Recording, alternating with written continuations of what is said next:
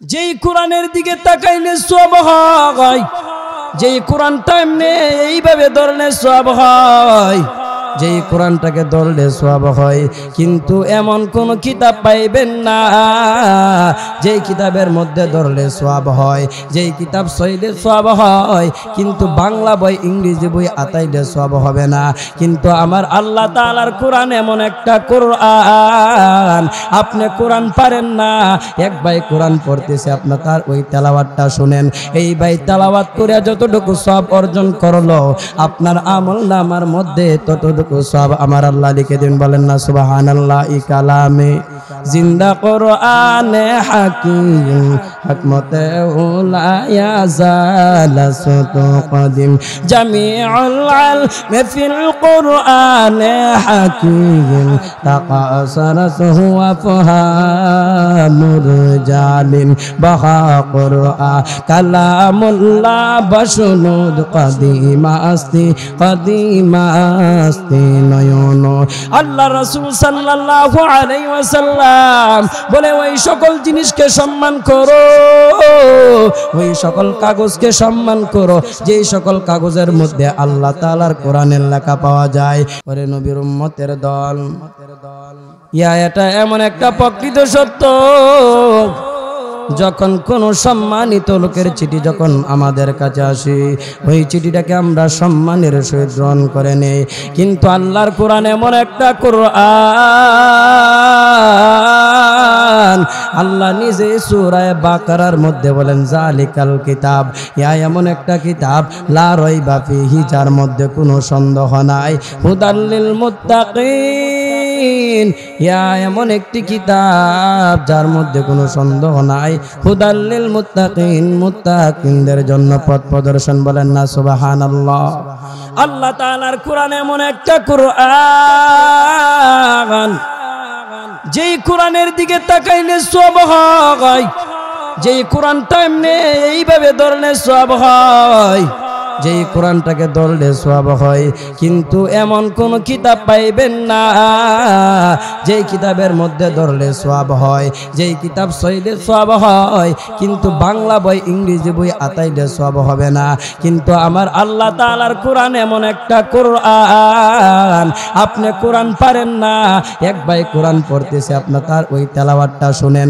এই ভাই তেলাওয়াত করে যতটুকু সওয়াব অর্জন করলো, আপনার আমল নামার মধ্যে ততটুকু সওয়াব আমার আল্লাহ লিখে দিন। বলেন না সুবহানাল্লাহ। ই কালামে জিন্দা কোরআনে হাকিম হিকমতে উলা ইয়াজালাসুত কদিম জামিউল আলম ফিল কোরআনে হাকিম তাকাসারাসহু আফহামুর জালিন বাহা কোরআন কালামুল্লাহ বাশুনুদ কদিমা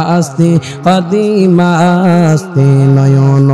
আল্লাহ রাসূল সাল্লাল্লাহু আলাইহি ওয়াসাল্লাম বলে ওই সকল জিনিসকে সম্মান করো, ওই সকল কাগজকে সম্মান করো যেই সকল কাগজের মধ্যে আল্লাহ তাআলার কোরআনের লেখা পাওয়া যায়। ওই সকল জিনিসকে সম্মান করো যেই জায়গার মধ্যে কোরআন তেলাওয়াত করা হয়।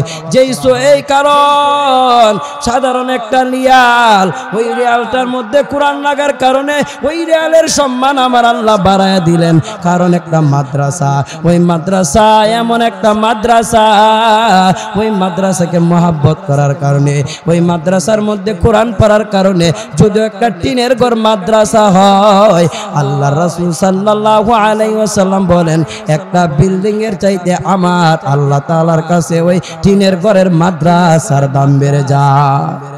কারণ টিনের ঘরের মাদ্রাসার মধ্যে কোরআন তেলাওয়াত করা হয়। ওরে নবীর উম্মতের দল, যারা কোরআনের সঙ্গে মুহাব্বত করে, কোরআনের সঙ্গে ভালোবাসে, কোরআনকে ভালোবাসে।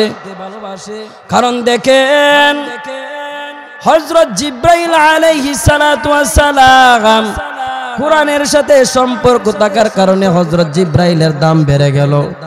আমাদের নবী হযরত মুহাম্মদ সাল্লাল্লাহু আলাইহি ওয়াসাল্লাম কোরআনের সাথে সম্পর্ক থাকার কারণে সমস্ত নবীর মধ্যে আমাদের নবী দামি হয়ে গেল। পিছনে হলো কোরআনের সম্মান, কোরআনের পিছনে থাকার কারণে আমাদের নবীর সম্মান হয়ে গেল। ওরে নবীর উম্মতের দল, মাসের সাথে কোরআনের সম্পর্ক হওয়ার কারণে রমজানুল মুবারকের মাসের দাম হয়ে গেল। ওরে নবীর উম্মতের দল, এই জন্য হাদিসের মধ্যে আসছে যেই ব্যক্তি কোরআন পড়বে এবং পড়াইবে হাসরের ময়দানে আমার আল্লাহ তাআলা তার মা বাবার মাথার মধ্যে নূরের মুকুট পরিধান করাইবে। বলেন না সুবহানাল্লাহ। দেখেন কোরআনকে মুহাব্বত করলে কেমন হয়। এক যুবক দিন আইনা দিন খায়, রোজি রোজগার করে সংসার চালায়। একটা বয়ানের মধ্যে শুনলেন আল্লাহর কোরআন বাজারের মধ্যে পাওয়া যায়। কোথায় পাওয়া যায়? বাজারের মধ্যে আল্লাহর কোরআন পাওয়া যায়। ওই কোরআনের দিকে তাকাইলে সওয়াব হয়, ওই কোরআনকে ধরলে সওয়াব হয়। এই যখন এই বয়ান শুনলেন, যুবকরা এই বয়ান শোনার পর যখন কাজকর্ম শেষ করলেন, মালিকের কাছ থেকে 500 টাকা নিলে, সারা তার দিন পরিশ্রম করিয়া তার কাছ থেকে 500 টাকা নিলেন। 500 টাকা নিয়া বাজারের মধ্যে গেলেন।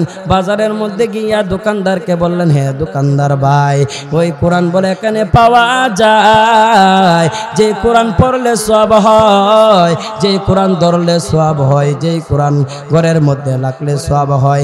লাইব্রেরি ভাই বললে, হ্যাঁ পাওয়া যায়, তবে একটা সম্মানিত কালাম, এটা একটা সম্মানিত কালাম, এটা পুত পবিত্র জায়গার মধ্যে রাখতে হবে। তুমি কি রাখতে পারবা? বলে হ্যাঁ রাখতে পারবো, এটা পুত পবিত্র জায়গার মধ্যে রাখতে হবে। এই বলিয়া বলল, ভাই এই কোরআনের হাদিয়া কত? বলে 350 টাকা। এই কোরআনের হাদিয়া হলো 350 টাকা। তখন ওই যুবক ওই লাইব্রেরি থেকে ওই কোরআনটা নিয়ে চলে গেল, বাড়ির মধ্যে চলে গেল। বাড়ির মধ্যে চলে যাওয়ার পর বিবি সাহেবকে বললে, হে বিবি, এতদিন কাজ করিয়া করিয়া করিয়া করিয়া বাজার থেকে আনাই আনলাম, আরো কত কিছু আনলাম, কিন্তু আজ বাজারে যাইলাম, বাজারে গিয়ে আমি আনাই জানি না, কিচ্ছু আনি না, আমি বাজার করি না, কিন্তু আমার সঙ্গে এমন একটা জিনিস আনলাম, আমার সঙ্গে এমন একটা জিনিস আনলাম যেই কিতাবের মধ্যে ধরলে সওয়াব হয়, যেই কিতাবের দিকে তাকাইলে সওয়াব হয়। স্ত্রী সাহেবা বললে, হ্যাঁ আমার প্রাণের স্বামী, এটা কি? বলে এটা হলো আল্লাহ তাআলার কোরআন, যেই কোরআনের দিকে তাকাইলে সওয়াব হয়। বিবি সাহেব বললে, হে প্রাণের স্বামী, এটা কোথায় থেকে আনলা? বলে এটা বাজার থেকে আনলাম। বলে বাজার থেকে আনার সময় লাইব্রেরির মালিকওয়ালা বলছে এটা সম্মানিত জায়গার মধ্যে রাখতে হবে, সম্মানিত জায়গার মধ্যে রাখতে হবে। বিবি সাহেবা বলে, আমাদের বাঙ্গা দুয়ার, বাঙ্গা ঘর, এই সম্মানিত কালাম ওই বাঙ্গা ঘরের মধ্যে রাখার কিভাবে আমরা রাখবো? বলে তখন স্বামী স্ত্রী পরামর্শের মধ্যে বসে গেলেন, কোরআনটা কিভাবে রাখা যায়। এই কোরআন তো সম্মানিত কোরআন, ওই কোরআনটা কিভাবে রাখা যায়? স্বামী স্ত্রী পরামর্শের মধ্যে বসে গেলেন। পরামর্শের পর বললে, হ্যাঁ আমার প্রাণের স্বামী, তুমি সকাল থেকে তুমি যখন রাত্রে 10টা হয়ে যায়, 10টার পর থেকে 12টা পর্যন্ত ঘুমাইবা, আর আমি ওই তোমার স্ত্রী, আমি উযু করিয়া তুমি যতক্ষণ পর্যন্ত ঘুমাইবা ততক্ষণ পর্যন্ত উযু করিয়া আল্লাহ তাআলার কোরআন মাথায় নিয়ে থাকবো। বলেন না সুবহানাল্লাহ। স্বামী বলতেছে, এটা হলো এমন একটা দামি কোরআন, এটা তো মাটির মধ্যে তো এবার কোনো প্রশ্নই আসে না। তখন স্ত্রী বলল, হ্যাঁ আমার প্রাণের স্বামী, আমার কাছে একটা বুদ্ধি আছে। বলে কি বুদ্ধি? বলে আপনি ঘুমাইবেন, তারপরে আমি উযু করিয়া আপনার পাশে দাঁড়ায় থাকবো কোরআনটা নিয়া। আপনি যখন ঘুমায়, আপনার যখন ঘুম শেষ হবে তখন আমি ঘুমাইবো, আপনি এই কোরআনটা মাথায় নিয়ে দাঁড়ায় থাকবেন। ওরে নবীর উম্মতের দল, এইরকম ভাবে কোরআনের সম্মান করতে করতে যখন রাত্র তখন সকাল হয়ে গেল, বিবি সাহেবা ডাক দিয়ে বলে, হে আমার প্রাণের স্বামী, এত আল্লাহ তাআলার কোরআন, এই সম্মানিত কোরআন তো এই যেই দোকান থেকে এই সম্মানিত কোরআন আনছিলেন ওই দোকানে দিয়ে আসেন। বলে এই সম্মান করে আমরা চলতে পারবো না। এই পরের দিন যখন ওই কোরআন বলে, প্রাণের স্বামী বলে, হে আমার প্রাণের স্ত্রী, আমার আল্লাহ তাআলার কোরআন আনলাম, আমরা রাত্রে এত সম্মানের সঙ্গে মাথার মধ্যে রাখলাম, কিন্তু দেখলাম না ওই কিতাবটার মধ্যে কি, কিতাবটারে সারা রাত্র, কোরআনটাকে সারা রাত্র মাথার মধ্যে রাখলো। সকাল যখন হয়ে গেল তখন স্ত্রী স্বামীকে বলতেছে, আমরা তো সারাক্ষণ আমরা তো অনেক কিছু সম্মান করলাম, কিন্তু এই কিতাবটার মধ্যে কিতাব আমরা তো দেখবার দরকার, ঠিক নেই? কিতাবটার মধ্যে দেখা।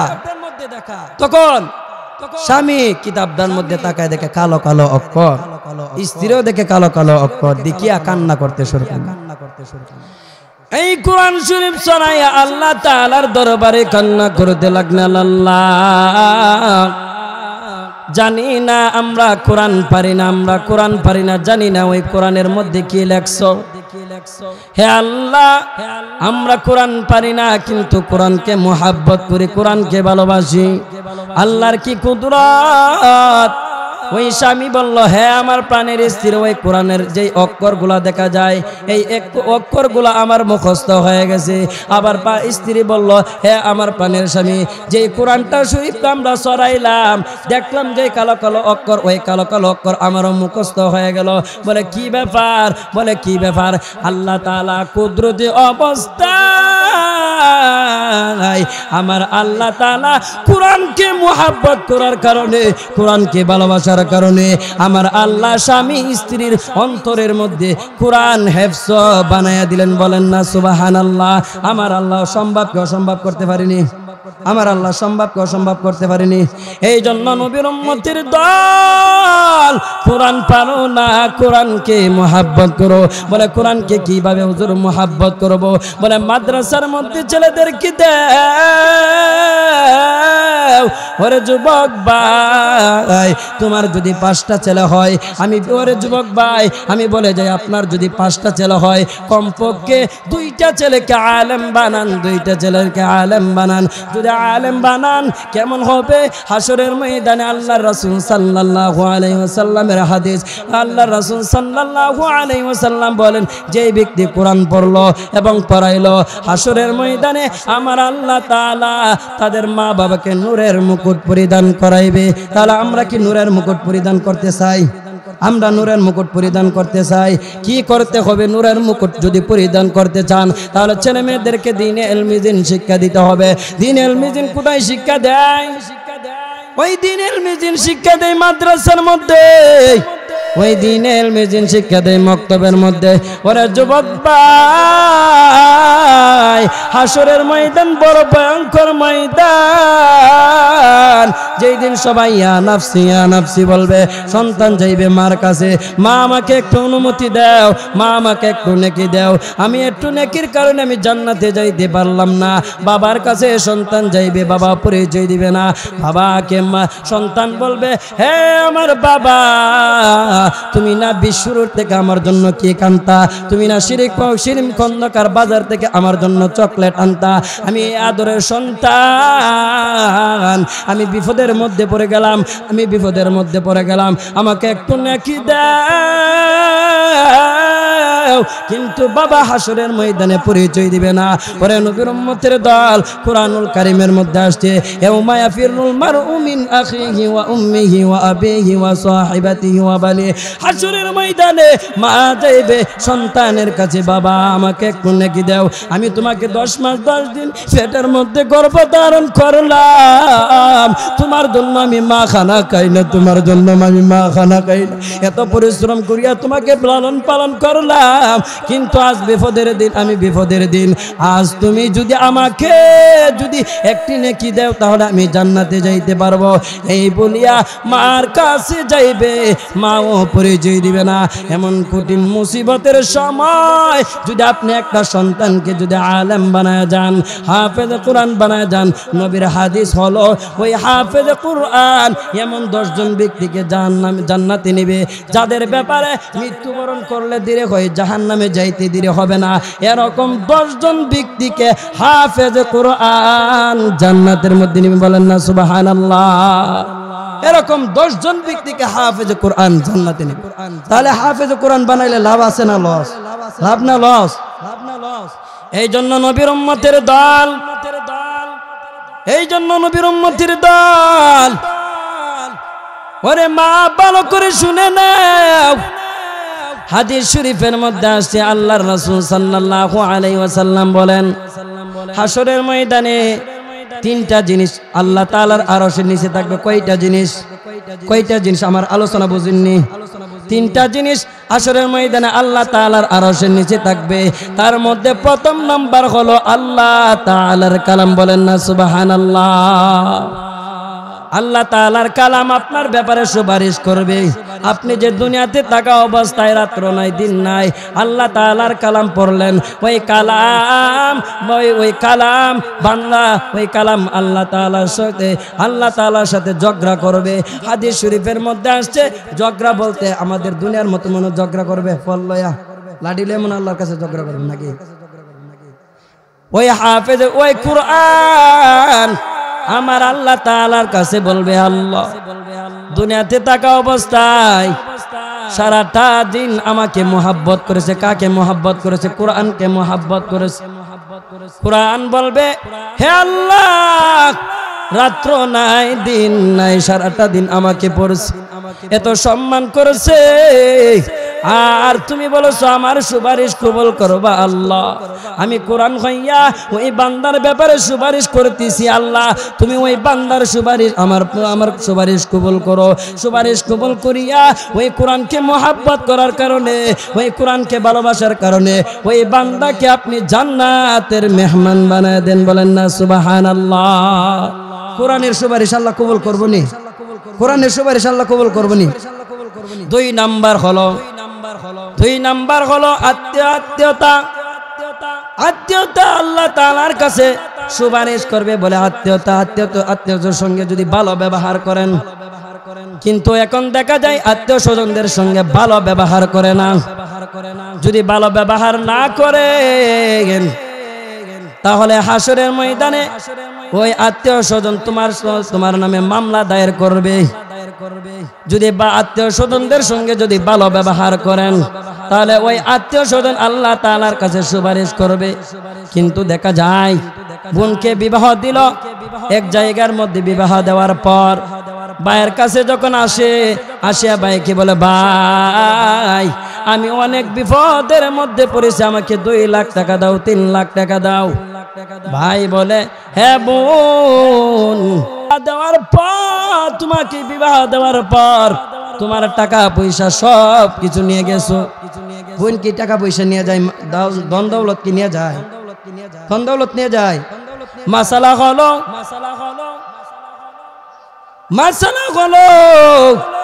সন্তান পাইবে 2 বন্ধক, ছেলে পাইবে 2 বন্ধক, মেয়ে পাইবে 1 বন্ধক হক। বাবা মার সম্পদ যখন বন্টন করা হয়, ছেলে কই বন্ধক পাইবে? ছেলে পাইবে 2 বন্ধক আর মেয়ে পাইবে 1 বন্ধক। কিন্তু বোনদের হক যারা মেরে খাও, বোনদের হক যারা মেরে খাও, ভাইদের হক যারা মেরে খাও, তোমরা শুনে রাখো আল্লাহ তাআলা বলে হাসরের ময়দানে আমি আল্লাহ আমার হক আমি আল্লাহ মাফ করে দিতে পারি। নামাজ পড়ছো না, রোজা রাখছো না, আমি আল্লাহ চাইলে মাফ করে দিতে পারি। কিন্তু বান্দার হক বান্দা থেকে আদায় করতে হবে। কার থেকে আদায় করতে হবে? বান্দার হক কিন্তু বান্দা থেকে আদায় করতে হবে। বান্দার হক যদি বান্দা থেকে না আদায় করেন হাসরের ময়দানে আপনার নেক দিতে হবে। কি দিতে হবে? নেক দিয়া। ওই আপনি প্রথমে ছিলেন জান্নাতি, কিন্তু আপনার কাছে এক ভাই 1 লাখ টাকা পায়, 2 লাখ টাকা পায়, 3 লাখ টাকা পায়, কিভাবে আপনি ঋণ দিবেন? এটা একটা আসেনি, কিভাবে ঋণ দিবেন? কিন্তু হাসরের ময়দানে ঋণ দিতে হবে নেক আমল। আপনি যে নেক আমল করে গেছেন, ওই নেক আমল আত্মীয় স্বজনদেরকে দিতে হবে। এক পর্যায়ে দেখা যাইবে আপনি প্রথমে ছিলেন জান্নাতি, আর নেক দিতে দিতে আপনি হয়ে যাবেন জাহান্নামী। কারণ আপনি বোনের হক মারছেন, আপনি বোনের হক মারছেন, আত্মীয় স্বজনদের হক মারছেন। আর আত্মীয় স্বজনদের হক কিভাবে আদায় করা হয়? টাকা পয়সা কি নিয়ে যাইবেন? কবরের মধ্যে টাকা পয়সা নিয়ে যাইবেন? টাকা পয়সা নিয়ে যাইবেন না, কিন্তু কি যাইবে সাথে বলছেন? নেক আমল যাইবে সাথে। ওই নেক আমল দিয়া আত্মীয় স্বজনদেরকে দিয়া আপনি জাহান্নামের মধ্যে চলে যাইবেন। এই জন্য যুবক ভাই, যারা ভাইয়ের হক মারেছো, যারা বোনের হক মারেছো, যুবক ভাই ভালো করে শুনে নাও, তাদের কাছ থেকে ক্ষমা নেও। যদি ক্ষমা না নেও, হাসরের ময়দানে তোমার নেক আমল দিতে হবে, নেক আমল দিতে হবে। এই জন্য যুবক ভাই ভালো করে শুনে নাও। 3 নাম্বারটা হলো আমানতদার। 3 নাম্বারটা কি? আমানতদার। 3টা জিনিস যা আল্লাহ তাআলার কাছাকাছি থাকবে। 3 নাম্বারটা হলো আমানতদার। আমাদের সমাজের মধ্যে আমানতদার আসেনি? আমাদের সমাজের মধ্যে আমানতদার নাই বললেই চলে। এক ভাই আপনার কাছে 2 লাখ টাকা দিল, 3 লাখ টাকা দিল, দেওয়ার পর ভাই বলল, ভাই 1 সপ্তাহ পরে বা 1 মাস পরে আমাকে এই টাকাটা দিবা। যখন এই ভাই তার কাছে আসলো, ভাই আমার যে 1 লাখ টাকা দিয়েছিলাম, 2 লাখ টাকা দিয়েছিলাম, ওই 2 লাখ টাকা 3 লাখ টাকা আমাকে দেও। তখন ও যেই ভাইয়ের কাছে দিয়েছিল ওই ভাইকে, ভাই আর 2 মাস পর আইস, আর 2 মাস পর আইস। এটা আমানতদার হইছে? আমানতদার হইল যে টাকাটা দিছে, এই টাকাটা চুপচাপ কয়ে দেওয়ান, কিন্তু খরচ করে যদি আমি আমানতদার, আমি একজন পরহেজগার, চলবে? এই জন্য নবীর উম্মতের দল আমানতদার যেই ব্যক্তি হবে, ওই ব্যক্তি আল্লাহ তাআলার আরশের নিচে স্থান পাইবে। কি পাইবে? এই জন্য আমরা 3টা জিনিস মানতে পারবো তো। 1 নাম্বার হলো কোরআনকে মহাব্বত করব, 2 নাম্বার হলো আত্মীয় স্বজনদের সঙ্গে ভালো ব্যবহার করব, 3 নাম্বার হলো আমানতদারি করব। ওরে নবীর উম্মতের দল, আমানতদারি যদি করতে পারো, আমার আল্লাহ তাআলার আরশের নিচে ওই বান্দাকে জান্নাতের মধ্যে ঢুকায় দিবেন। বলেন না সুবহানাল্লাহ? ওরে নবীর উম্মতের দল, আল্লাহর এক বান্দি আল্লাহ তাআলার কাছে বলতেছে, আল্লাহ আমি তো কোরআন পড়তে পারি না, আমি তো আলেমা হতে পারলাম না, হাফেজা হতে পারলাম না, কিন্তু নবীর হাদিসের মধ্যে শুনছি যে হাসরের ময়দানে ওই হাফেজে কোরআনের মাকে নূরের মুকুট পরিধান করানো হবে। কি পরানো হবে? হাসরের ময়দানে হাফেজে কোরআনের মাকে নূরের মুকুট পরিধান করানো হবে। তখন ওই মহিলা আল্লাহ তাআলার কাছে দোয়া করতে লাগলেন, আল্লাহ আমি হাফেজা হতে পারলাম না, আলেমা হতে পারলাম না, নবীর হাদিস ওই মা বাবাকে নূরের মুকুট পরিধান করানো হবে, কিন্তু আমি আলেমা হতে পারলাম না, হাফেজা হতে পারলাম না। আল্লাহ তোমার কাছে দরখাস্ত করলাম, আল্লাহ তুমি আমাকে একটা নেককার সন্তান দাও।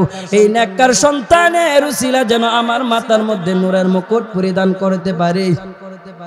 ওই মহিলা বলতেছে, আমাকে একটা নেককার সন্তান দাও। আল্লাহ তাআলা নেককার সন্তান দিলেন। ওই মহিলা বললে, হে আল্লাহ আপনি যদি একটা নেককার সন্তান দেন, আমার নিয়ত হলো ওই ছেলেটাকে মাদ্রাসার মধ্যে ভর্তি করব। কোথায় ভর্তি করব? মাদ্রাসার মধ্যে ভর্তি করব। মাদ্রাসার মধ্যে ভর্তি করিয়া আলেম বানাইব, হাফেজ বানাইব। কি বানাইব? আলেম বানাইব, হাফেজ বানাইব। এই উসিলা আমি আমার নূরের মুকুট পরিধান করতে চাই। ইমাম ফখরুদ্দিন রাজি বলেন, আল্লাহ তাআলা ওই মহিলার দরখাস্ত কবুল করলেন। কি করলেন? আল্লাহ তাআলা ওই মহিলার দোয়া কবুল করলেন। আল্লাহ তাআলা কবুল করার পর ওই মহিলাকে একটা নেককার সন্তান দিলেন। কি দিলেন? ওই নেককার সন্তান দেওয়ার পর কিন্তু মহিলার মনটা বড় খারাপ। সন্তান যখন দুনিয়ার মধ্যে আসলো তার স্বামী দুনিয়া থেকে বিদায় হয়ে গেল। কি বিদায় হয়ে গেল? সন্তানটা আল্লাহ তাআলার কাছে চাই আনলো, আনার পর তার স্বামী দুনিয়া থেকে বিদায় হয়ে গেল। যখন সন্তানটা দুনিয়ার মধ্যে আসলো তখন তার বাবা দুনিয়া থেকে বিদায় হয়ে গেল। তখন ওই মহিলা ওই সন্তানটাকে লালন পালন করতে করতে করতে করতে বড় করলো। কি করলো? ওই সন্তানটাকে লালন পালন করতে করতে বড় করলো। যখন হাঁটা চলা করে এই সময় বাচ্চার কানে কানে গিয়ে বলে হে আমার সন্তান, আমি নবীর হাদিস শুনেছি যে হাফেজ কোরআনের মা বাবাকে নূরের মুকুট পরিধান করানো হবে। আমি আল্লাহ তাআলার কাছে দরখাস্ত করলাম, আল্লাহ তুমি আমাকে একটা নেককার সন্তান দাও। আল্লাহ তাআলা একটা নেককার সন্তান দিলেন। বলে নেককার সন্তান কে? বলে নেককার সন্তান হলো তুমি। আমার দিলে বড় তামান্না, আমি তোমাকে মাদ্রাসার মধ্যে ভর্তি করে দিব, তুমি হাফেজ কোরআন হইবা, তুমি আলেম হইবা, তোমার ওসিলা আমি মা নূরের মুকুট পরিধান করব। কি করব? নূরের মুকুট পরিধান করব। তখন ওই মহিলা বাচ্চাটাকে মাদ্রাসার মধ্যে ভর্তি করে দিলেন। বলেন না সুবহানাল্লাহ। ওই মহিলা বাচ্চাটাকে মাদ্রাসার মধ্যে ভর্তি করে দিলেন। বাচ্চারা পড়তে পড়তে পড়তে পড়তে কয়েক বছর পর মার কাছে আসলেন। মার কাছে আসিয়া বললেন, মা তুমি যে আল্লাহ তাআলার কাছে বলছিলা তুমি হাফেজে কোরআনের মা হবা, তোমার সন্তান হাফেজ হয়েছে। আমি যে তোমার সন্তান, আমি হাফেজ হয়েছি, তোমার মনের আশা পূর্ণ করেছি। মা বিস্তার মধ্যে, নামাজের বিস্তার মধ্যে বসে বসে কান্না করে সন্তান, আমার যে আগে যে একটা রোগ ছিল ওই রোগটা দেখা দিয়েছে। মার আগে একটা রোগ ছিল, ওই রোগটা দেখা দিয়েছে। সন্তান বলতেছে, মা আমি তো হাফেজ হয়ে আইলাম, আসার পর আপনাকে ডাক দিলাম, কিন্তু আপনি কান্না করতেছেন। আপনার তো খুশির ব্যাপার, আপনার দিলের তামান্না আমি ছেলে পূরণ করলাম, আপনি তো খুশির দরকার, কি জন্য আপনি কান্না করেন? কে বলতেছে? সন্তান মার কাছে বলতেছে, মা আপনি তো খুশি হইবার দরকার। তখন মা বললে, হ্যাঁ সন্তান আমি খুশি হইব, কিন্তু আমার যে রোগ হয়েছে, কিন্তু আমি মনে হয় আর দুনিয়াতে থাকবো না। আমি তোমার জন্য অন্যের বাড়ি পরিশ্রম করিয়া টাকা পয়সা আনলাম, আনিয়া তোমাকে হাফেজ কোরআন বানাইলাম, কিন্তু আমার নিয়ত ছিল আলেম হওয়ার। তোমাকে আমি আলেম বানাইতে মনে হয় পারবো না। যে পেটের মধ্যে যে ব্যথা হয়েছে, আমি মনে হয় দুনিয়া থেকে বিদায় হয়ে যাইব। তখন বললেন, আমি অন্যের বাড়ি পরিশ্রম করিয়া যে টাকা পয়সা আনছি, ওই টাকা পয়সার ব্যাগটা সন্তানের হাতে দিলেন। কার হাতে দিলেন?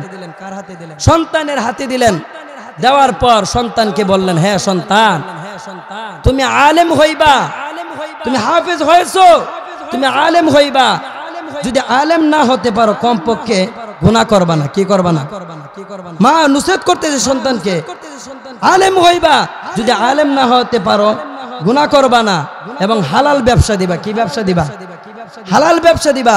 হালাল ব্যবসা দিয়া উপার্জন করিয়া তুমি খাইবা, হারাম পথে যাইবা না। 1 নম্বর নসিহত করলেন। কি 2 নম্বর নসিহত হলো, আমি তোমাকে হাফেজ বানাইলাম, কিন্তু প্রত্যেক দিন তুমি আমার জন্য 1 পারা কোরআন শরীফ পড়বা। কয় পারা? 1 পারা কোরআন শরীফ পড়বা। যদি পড়ো, আমি মা কবরের মধ্যে শোয়া শান্তিতে থাকবো। বলেন না সুবহানাল্লাহ। সন্তানকে এই নসিহত করার পর সন্তানকে এই নসিহত করতে লাগলেন। নসিহত করিয়া মা দুনিয়া থেকে বিদায় হয়ে গেলেন।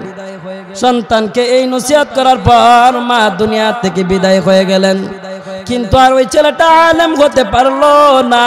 মা দুনিয়া থেকে বিদায় হয়ে গেল, বাবা দুনিয়া থেকে বিদায় হয়ে গেল। এখন তার ভরণ পোষণের দায়িত্ব কে নেবে? মাও তো নাই, বাবাও তো নাই, তার ভরণ পোষণের দায়িত্ব লাগবে নি। বলে ভরণ পোষণের দায়িত্ব কে নেবে? এই টেনশনে পড়ে গেল।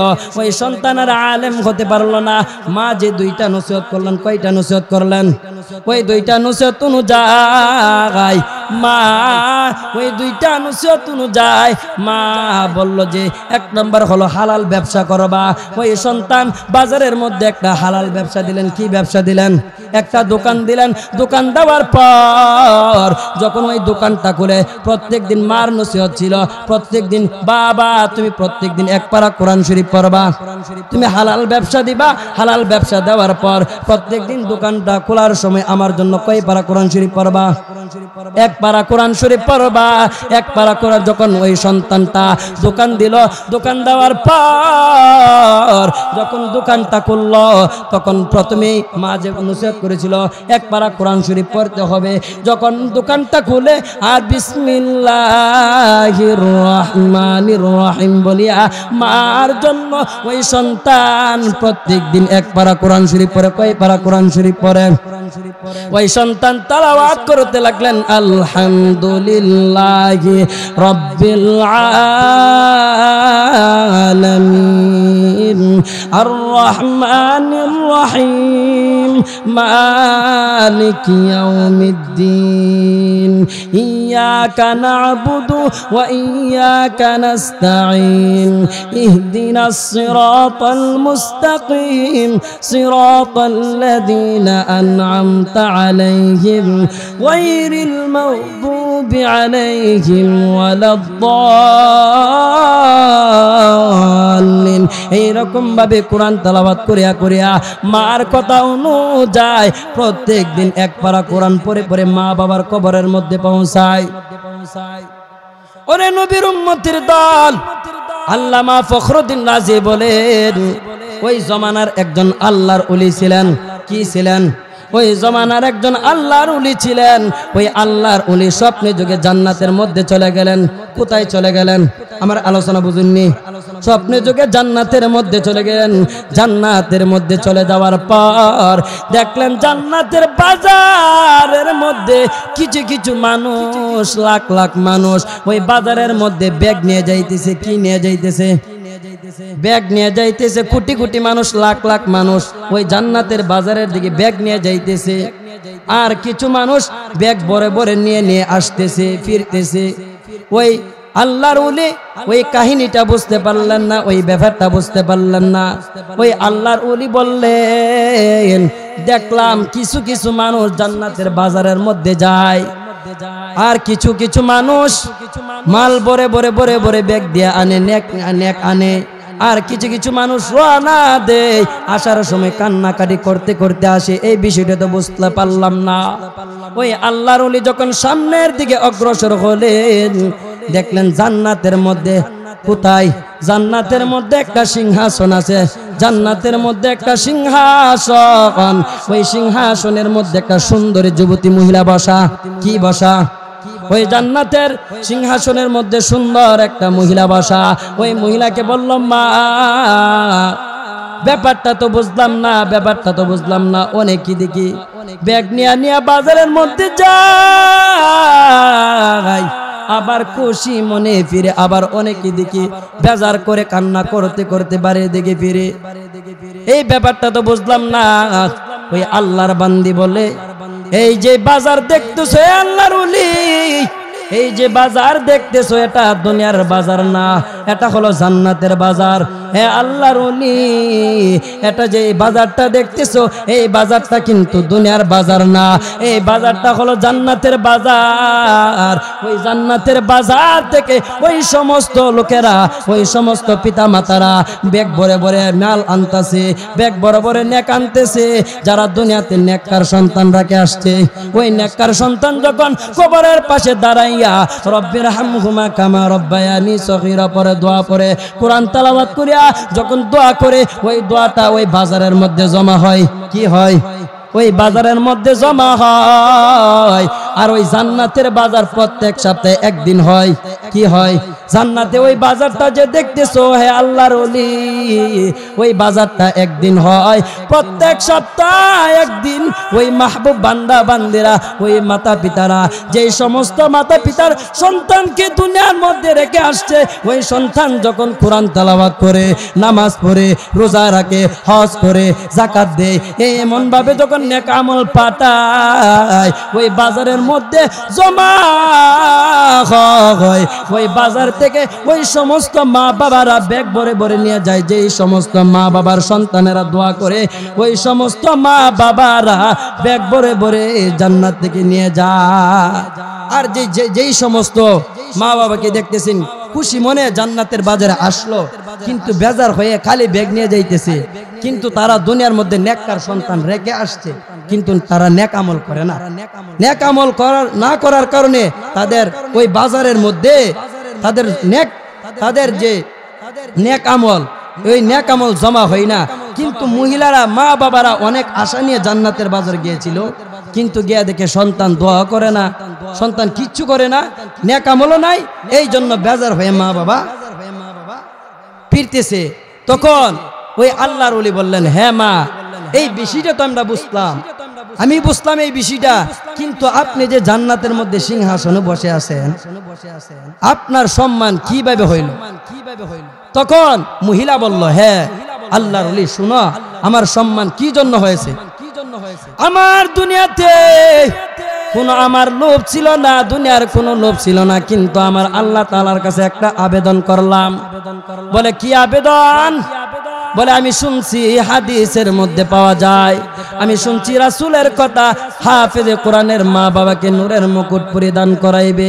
আমি আল্লাহ তাআলার কাছে দোয়া করেছি, আল্লাহ আমাকে একটা সন্তান দাও, আমি ওই সন্তানকে হাফেজ বানাইবো, আলেম বানাইবো। কিন্তু আমার সন্তানটাকে আমি দুনিয়ার মধ্যে রেখে আসছিলাম, ওই হাফেজ কোরআন বানাইলাম। ওই হাফেজ কোরআন যখন দোকান খুলে, আমার সন্তান ওই দুনিয়ার মধ্যে যখন দোকান খুলে, দোকান খোলার আগে প্রত্যেক দিন আমার জন্য এক পারা কোরআন শরীফ পড়ে। কয় পারা কোরআন শরীফ পড়ে? ওই সন্তান আমার জন্য যখন এক পারা কোরআন শরীফ পড়ে, ওই সন্তানের কোরআনের বরকতে আমার আল্লাহ তাআলা এত সম্মানিত সিংহাসনের মধ্যে আমার আল্লাহ তাআলা বসাইলেন। বলেন না সুবহানাল্লাহ। বলতেছে দুনিয়াতে আমি একটা নেককার সন্তান রেখে আসছিলাম, আল্লাহ তাআলার কাছে দোয়া করেছিলাম, আল্লাহ আমাকে একটা নেককার সন্তান দেও। আল্লাহ একটা নেককার সন্তান দিলেন।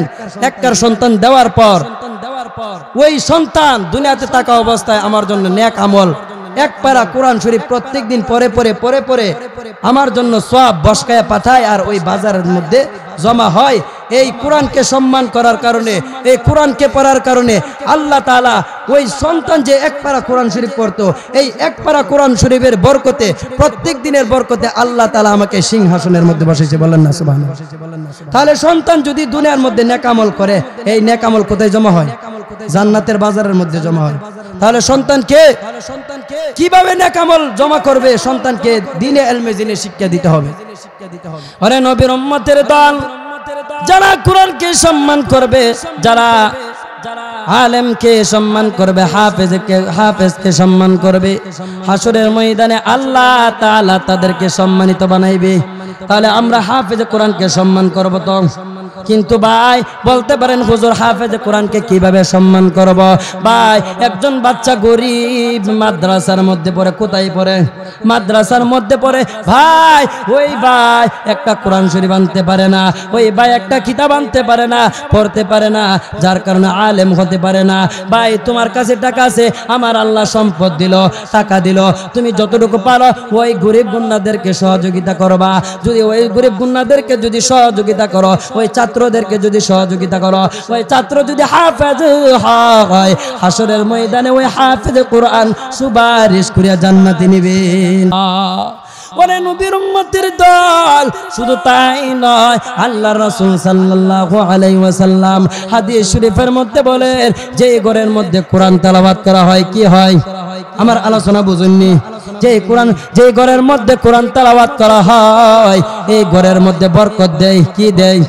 এই বরকতে এই ঘরের মধ্যে আল্লাহ তাআলা বরকত দেয়। 2 নাম্বার হলো যে ঘরের মধ্যে কোরআন তেলাওয়াত করা হয় এই ঘরের মধ্যে আমার আল্লাহ সন্তানাদি বৃদ্ধি বাড়ায়, আমার সন্তানাদি বাড়ায় দেয়। 1 নাম্বার হলো যেই বান্দা সব সময় কোরআন তেলাওয়াত করে ওই যেই ঘরের মধ্যে কোরআন তেলাওয়াত করে ওই ঘরের মধ্যে আল্লাহ তাআলা বরকত দেয়। 2 নাম্বার হলো যেই সন্তান যেই মা বাবা ঘরের মধ্যে বসিয়া নেক আমল করে, যেই মা বাবা কোরআন পড়ে এই মা বাবার সন্তানাদি আল্লাহ তাআলা বৃদ্ধি করে দেয়, সন্তানাদি বেশি বেশি দেয়। এই জন্য মা বাবাদের উচিত হলো ঘরের মধ্যে বসে বসে কোরআন পড়া না সিনেমা দেখানো। তাদের মা বাবার উদ্দেশ্য হলো ঘরের মধ্যে বসে বসে কোরআন তেলাওয়াত করা। কোরআন তেলাওয়াত করলে কি হয়? কোরআন তেলাওয়াত করলে আপনার গর্ভের মধ্যে সন্তান আল্লাহ তাআলা বাড়াইয়া দিবে। বলেন না সুবহানাল্লাহ। এই জন্য নবীর উম্মতের দল মা বাবাকে বলে যায় ওরে নবীর উম্মতের দল ঘরের মধ্যে বসিয়া আর সিনেমা দেখিও না, গুনার কাজ করিও না। মা যদি তুমি সন্তান যদি বাড়াইতে চাও তাহলে বেশি বেশি কোরআন তেলাওয়াত করতে হবে। রাসূলের হাদিসের মধ্যে আসছে যে ব্যক্তি বেশি বেশি কোরআন পড়ে ওই তার সন্তানাদি বৃদ্ধি পায়। রাসূলের হাদিস কি মিথ্যা না সত্য? রাসূলের হাদিস হলো সত্য। যেই ঘরের মধ্যে কোরআন তেলাওয়াত করা হয় এই ঘরের মধ্যে আমার আল্লাহ সন্তান বৃদ্ধি করে দেয়। ওরে নবীর উম্মতের দল শুধু তাই নয়, এই জন্য কোরআন তেলাওয়াত করতে হবে। কোরআন তেলাওয়াত যদি করেন ভাই আপনার লাভ হবে। হাদিস শরীফের মধ্যে আসছে আলিফ লাম মিম, আলিফ একটা শব্দ, লাম একটা শব্দ, মিম একটা শব্দ। বান্দা আলিফ পড়ার কারণে তার আমলনামার মধ্যে 10টা নেকি জমা হয়ে গেল, লাম পড়ার কারণে তার আমলনামার মধ্যে 10টা নেকি জমা হয়ে গেল, মিম পড়ার কারণে তার আমলনামার মধ্যে 10টা নেকি জমা হয়ে গেল। পরে নবীর উম্মতের দল এমন একটা কোরআন যে কোরআন আপনি পারেন না, আপনি মুরব্বি হয়ে গেছেন কিন্তু আপনি কোরআন পারেন না। হুজুরের কাছ থেকে গিয়া ইমাম সাহেব হুজুরের কাছে গিয়ে বলবেন হুজুর আমাকে একটু কোরআন শিখান। কি শিখান? কিন্তু এখন আমাদের সমাজের মধ্যে দেখা যায় মই মুরব্বি অথবা যুবক ভাইয়েরা ইমাম সাহেবের কাছে যায় না। ইমাম সাহেবের কাছে গিয়ে বলবে কি বলবে? বুড়া তো হয়ে গেলাম, মুরব্বি তো হয়ে গেলাম, আমার যে কোরআন তেলাওয়াত করে সহি শুদ্ধ হয়নি। এই কথা কিভাবে বলবে? শরম। কারণ হাদিসের মধ্যে আসছে নামাজ কবুল হওয়ার জন্য প্রথম শর্ত হলো কোরআন শরীফ সহি শুদ্ধ হতে হবে। কি হতে হবে? কোরআনটা সহি শুদ্ধ হতে হবে। যদি কোরআন যদি সহি শুদ্ধ না হয় যতই নামাজ পড়বেন কোনো কাম হবে না। কি? কোরআনটা সহি শুদ্ধ করতে হবে। নামাজ পড়লে কোরআন লাগেনি, সূরা কেরাত লাগেনি। সূরা কেরাত যদি আপনি ভুল পড়েন আর ইমাম সাহেব হুজুরের কাছে না যান তাহলে আপনার এই নামাজ কবুল হবে? এই নামাজ কবুল হবে? এই নামাজ কখনো কবুল হবে না। প্রথম শর্ত হলো কোরআনটাকে সহি শুদ্ধ করতে হবে।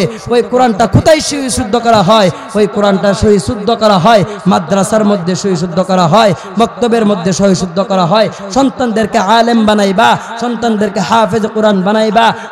আপনি হাফেজ হইতে পারলেন না, আপনি আলেম হইতে পারলেন না, কিন্তু আপনার নাতি আসেনি, আপনার সন্তান আসেনি, আপনার সন্তান আছে তো? আপনাদের সন্তানকে যদি আলেম বানান, হাফেজ বানান, এই সন্তানের উসিলা আল্লাহ তাআলা আপনার মাথার মধ্যে নূরের মুকুট পরিধান করবে। বলেন না সুবহানাল্লাহ। তাহলে আমরা নূরের মুকুট পরিধান করতে চাই। যদি চাই সন্তানদেরকে দ্বীনে ইলমে জিন শিক্ষা করাইতে হবে। যদি দ্বীনে ইলমে জিন শিক্ষা করান তাহলে আপনি নূরের মুকুট পরিধান করতে পারবেন। ওরে নবীর উম্মতের দল, আল্লাহ তাআলার কোরআন এমন একটা কোরআন, দেখেন কোরআনের সঙ্গে সম্পর্ক থাকার কারণে আল্লাহ রব্বুল আলামিন তাকে দামি বানাইলেন।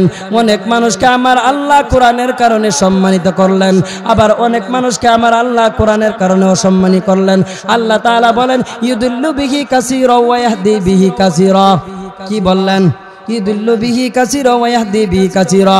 ওই কোরআন শরীফের দ্বারা কিছু মানুষ হেদায়েত পাইবে, আবার ওই কোরআন শরীফের দ্বারা কিছু মানুষ পথভ্রষ্ট হয়ে যাইবে। এই জন্য নবীর উম্মতের দল কোরআনটা সহি শুদ্ধ করতে হবে, কোরআনটা সহি শুদ্ধ করতে হবে। দেখেন যারা কোরআনের সঙ্গে সম্পর্ক হয়ে যায়, আমার আল্লাহ তাআলা তার ইজ্জত আর সম্মান দুনিয়াতে এবং আখিরাতে আমার আল্লাহ তাআলা ইজ্জত সম্মান বাড়ায়া দেয়। দেখেন আমাদের সকলে পরিচিত একজন আলেম জুবায়ের আহমদ আনসারীর নাম শুনছেন? জুবায়ের আহমদ আনসারীর নাম শুনছেন? ওই জুবায়ের আহমদ আনসারী বিভিন্ন রাষ্ট্রের মধ্যে গিয়া দিনের কথা বলতো। বলে জুবায়ের আহমদ আনসারীকে এত দাম কেন? ওই জুবায়ের আহমদ আনসারী রাহমাতুল্লাহি আলাইহি, ওই জুবায়ের আহমদ আনসারী কোরআনের সাথে সম্পর্ক থাকার কারণে ভারত, পাকিস্তান, আমেরিকা গিয়া দ্বীনের কথা প্রচার করেছে। হাদিস ওরে নবীর উম্মতের দল। এই জন্য বলা হয় জুবায়ের আহমদ আনসারী ঘুরে না আমেরিকা, জুবায়ের আহমদ আনসারী ঘুরে না, হাফিজুর রহমান সিদ্দিকী ঘুরে না, সাদিদুর রহমান সাহেব ঘুরে না, বড় বড় আলেম ঘুরে না। ওই আমেরিকার মধ্যে বিভিন্ন রাষ্ট্রের মধ্যে আমার আল্লাহ তাআলা কোরআন কি ঘুরাইতেছে? কোন কি ঘুরাইতেছে? জুবায়ের আহমদ আনসারী কি ঘুরতেছে? বলে না না, জুবায়ের আহমদ আনসারীর সঙ্গে কোরআনের সম্পর্ক থাকার কারণে ওই কোরআন আমার আল্লাহ তাআলা তাকে দামি বানাইলেন। ওই কোরআন থাকার কারণে আমেরিকা নয় বিভিন্ন রাষ্ট্রের মধ্যে গিয়া সফর করিয়া দ্বীনের কথা বলে গিয়া দুনিয়া থেকে আমার আল্লাহ তাকে বিদায় করে দিলেন। আল্লাহ তাআলা তাকে নিয়ে গেলেন, কিন্তু তার যে আচার ব্যবহার আমাদের মনে হয়নি। ওরে নবীর উম্মতের দল, জুবায়ের আহমদ আনসারী যখন মারা গেলেন তখন করোনা ছিল। কি ছিল? করোনা ছিল। তখন জানাজা পড়বে কোথায়? জানাজা পড়বে কোথায়? করোনা অবস্থায়। ওই জুবায়ের আহমদ আনসারীর জানাজা কিভাবে পড়বে? মানুষ তো দলা হওয়ার কোনো পথই ছিল না। কিন্তু আল্লাহর কি কুদরত! 5 মিনিট আগে দেখে মানুষ নাই, 10 মিনিট পরে দেখে হাজার হাজার লক্ষ লক্ষ জনতা জুবায়ের আহমদ আনসারীর জানাজা পড়ার জন্য উপস্থিত হয়ে গেলেন। বলেন না সুবহানাল্লাহ।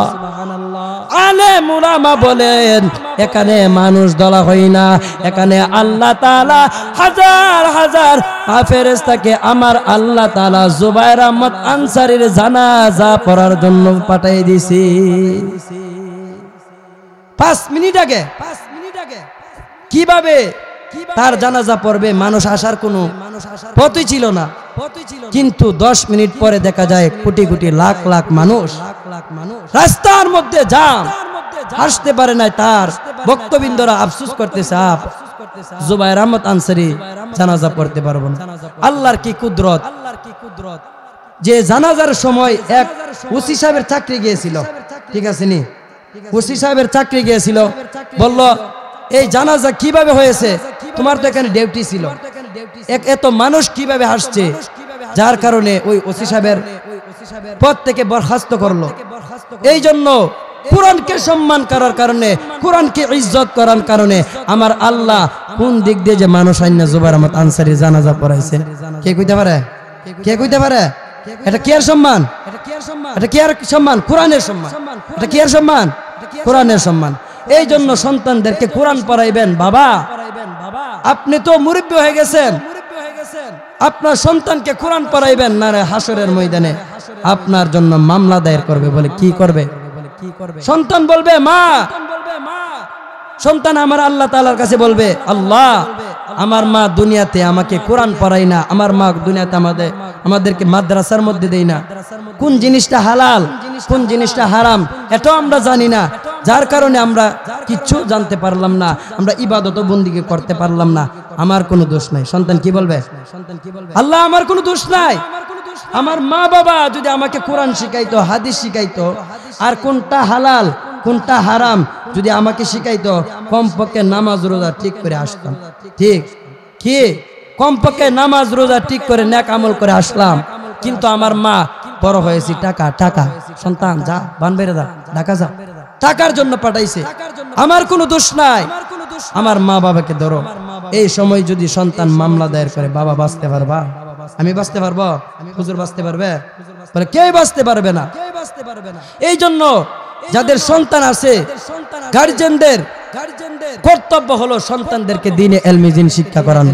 বলে আপনি আলেম বানাইতে পারবেন না, আপনার তৌফিক নাই আলেম বানানোর, কিন্তু কমপক্ষে ওই সন্তান কিভাবে নামাজ পড়তে হয়, কিভাবে রোজা রাখতে হয়, কিভাবে চলতে হয়, এই জিনিসটা তো শিখাইতে পারবেন। এই জিনিসটা তো শিখাইতে পারবেন। এই জিনিসটা শেখানোর জন্য কোথায় পাঠাইবেন? মাদ্রাসার মধ্যে যদি তৌফিক না দেয়, টাকা পয়সা যদি তৌফিক না হয়, কমপক্ষে তো আমাদের এই মসজিদের মধ্যে পাঠাইতে পারবেন। পাঠাইতে পারবেন তো? আমার সাথে ওয়াদা করেন ইনশাল্লাহ। আমরা যদি সন্তানকে যদি দ্বীনে ইলম শিক্ষা দেই, ওই সন্তান আমাদের জন্য দোয়া করবে, আর ওই সন্তানের দোয়া পাইয়া আমরা সুখে শান্তিতে কাটাইব। তাহলে কবরের মধ্যে সুখে শান্তিতে কাটাইবার দরকার আসেনি? সুখে শান্তিতে কাটাইবার দরকার আসেনি? তাহলে সন্তানকে দ্বীনে ইলম শিক্ষা দিবা। যদি দ্বীনে ইলম শিক্ষা দেও, তাহলে আল্লাহ রাব্বুল আলামিন ওই হাফেজ কোরআন, ওই আলেম হওয়ার কারণে আল্লাহ রাব্বুল আলামিন তোমাকে জান্নাতের মেহমান বানাবে। বলেন না সুবহানাল্লাহ। এই জন্য নবীর উম্মতের দল, এই জন্য নবীর আশিকের দল। আপনার সন্তান আপনি ইঞ্জিনিয়ার বানান, আমার কোনো বাধা নাই। আপনার সন্তানকে আপনি ইঞ্জিনিয়ার বানান, আপনার সন্তানকে আপনি প্রেসিডেন্ট বানান, আপনার সন্তানকে আপনি মেম্বার বানান, আমার কোনো বাধা নাই। আমার একটা অনুরোধ হলো, মা বাবা ভালো করে শুনে নাও। মা বাবাকে বলে যায় ওই সন্তানকে কমপক্ষে দ্বীনে ইলম শিক্ষা করাইবা। ওরে মা, তোমার দাম আমার আল্লাহ তাআলার কাছে দাম, তোমার দাম আমার আল্লাহ তাআলার কাছে অনেক দাম। মা বাবার দাম আসেনি আল্লাহ তাআলার কাছে? মা বাবার দাম আসেনি? আপনাদের দাম অবশ্যই আছে। বলে কিভাবে আপনাদের দাম থাকবে এটা তো জানার দরকার আসেনি? আপনাদের যে সম্মান হবে আল্লাহ তাআলার কাছে, কিভাবে সম্মান হবে? বলে আপনি যদি সন্তানকে দ্বীনে ইলম শিক্ষা করান, তাহলে আল্লাহ রাসূল সাল্লাল্লাহু আলাইহি ওয়াসাল্লাম বলেন ওই সন্তান হাসরের ময়দানে ওই সন্তান বাবাকে সুপারিশ করিয়া, মাকে সুপারিশ করিয়া জান্নাতের মধ্যে ঢুকায় দিবেন। বলেন না সুবহানাল্লাহ। ওরে মা, তুমি তো সাধারণ মা না, তুমি তো আল্লাহর ওলিদের মা, তুমি তো শাহজালালের মা, তুমি তো শাহপরানের মা। তোমার দাম আমার আল্লাহ তাআলার কাছে দাম। ওরে নবীর উম্মতের দল, ওরে মা, ঘরের মধ্যে বসে বসে চিঠি দেখিও না, ঘরের মধ্যে বসে বসে তুমি টিভি দেখিও না, সিনেমা দেখিও না। এই সিনেমা না দেখিয়া ঘরের মধ্যে সূরা কেরাত পড়েন। ওই ঘরের মধ্যে সূরা কেরাত পড়িয়া সন্তানদেরকে প্রাথমিক অবস্থা মা বাবা কে বলে দে, সন্তানকে যদি মক্তবে না পাঠান, প্রাথমিক অবস্থায় সন্তানদেরকে আপনি আলহামদুলিল্লাহ সূরা, কুল হুয়াল্লাহ সূরা আপনি যদি সন্তানকে শিখান, তাহলে আপনার সন্তান ওই আলহামদুলিল্লাহ সূরা, কুল হুয়াল্লাহ সূরা পড়বে। ওই সন্তান যখন ছোট, যখন বড় হইবে, আপনি যখন মারা যাইবেন, কবরের পাশে দাঁড়াইয়া রব্বির হামহুমা কামা রাব্বায়ানি সগীরা এমন ভাবে যখন দোয়া করবে, রাসূলের হাদিস হলো আল্লাহ রাব্বুল আলামিন ওই মা বাবার কবরের আযাব আমার আল্লাহ মাফ করে দেয়। বলেন না সুবহানাল্লাহ। এই জন্য নবীর উম্মতের দল, গাছ থেকে যদি ভালো ফল পেতে চাও, বলে গাছ কোনটা? বলে গাছ হলো বাবা আর মা।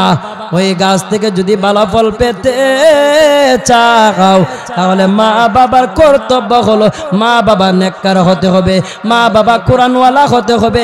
মা যদি কোরআনওয়ালা হয়, বাচ্চাটা কোরআনওয়ালা হবে। বাবা যদি কোরআনওয়ালা হয়, মা বাচ্চাটা কোরআনওয়ালা হবে। মা তুমি হলো গাছ, আর ওই গাছ থেকে যদি ভালো ফল আশা করতে চাও, কমপক্ষে তোমরা নেককার হতে হবে। তোমরা যদি নেককার হয়ে যাও, তোমার সন্তান নেককার হয়ে যাইবে। ওরে নবীর উম্মতের দল, কোরআনের কেমন সম্মান দেখেন। ওই হাফেজে কোরআন বাংলাদেশ সব দিক দিয়ে যদি পিছায়া থাকে, কিন্তু কোরআনের দিক দিয়ে দেখা যায় ওই বাংলাদেশ বিভিন্ন রাষ্ট্রের মধ্যে প্রথম স্থান অধিকার করে। কি করেন? ওই বাংলাদেশ যদি প্রথম স্থান অধিকার করে, এটা হলো কোরআনের বরকতে। হাফেজ তাকরিম সালেহ আহমদ তাকরিম ওই বিভিন্ন রাষ্ট্রের মধ্যে গিয়া হাফেজে কোরআনদেরকে পিছনে পালাইয়া বাংলাদেশকে বিজয় করে আনলেন। এটা হলো হাফেজ তাকরিমের কণ্ঠে আল্লাহ তাআলার কোরআনের মোহাব্বত। হাফেজ তাকরিম ওই কোরআনকে মোহাব্বত করার কারণে ওই কোরআন ওই হাফেজ তাকরিমকে সম্মানিত বানাইলেন। কি বানাইলেন? না তাকরিমের চেহারাটা সুন্দর এই কারণে মনে সম্মানিত বানাইলেন। বলে তার বাবা মনে সুন্দর এই জন্য মনে সম্মানিত বানাইলেন।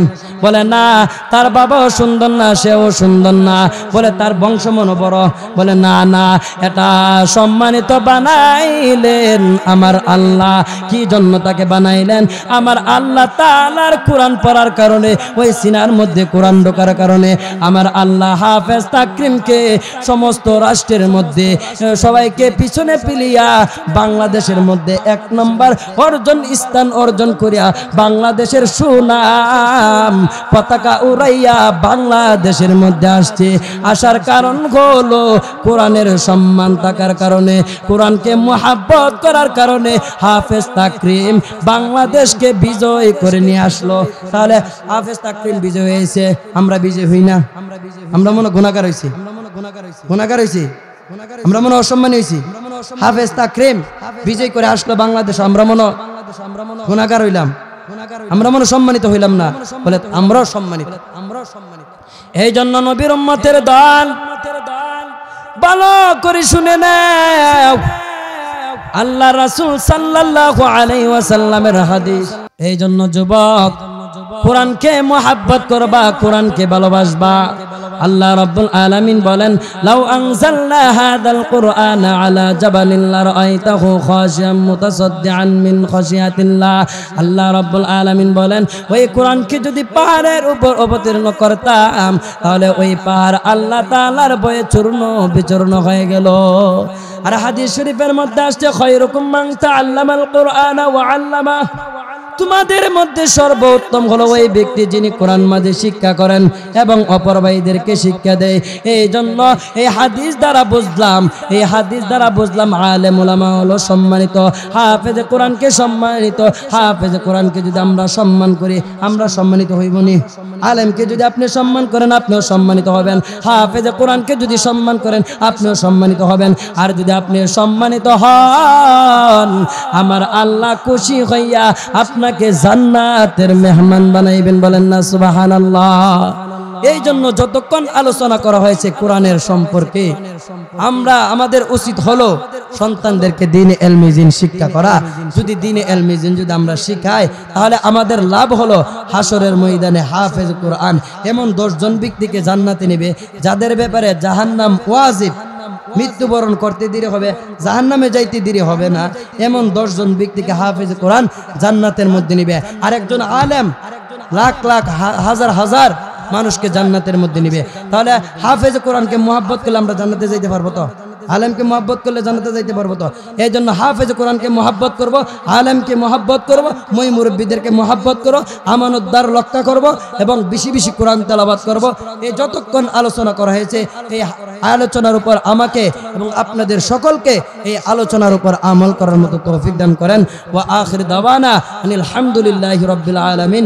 আসসালামু আলাইকুম ওয়া রাহমাতুল্লাহি ওয়া বারাকাতুহু। এখন আজান হবে, আজানের পর ধারাবাহিকভাবে আলেম ওলামা আসতেছেন, ধারাবাহিকভাবে আলোচনা হবে।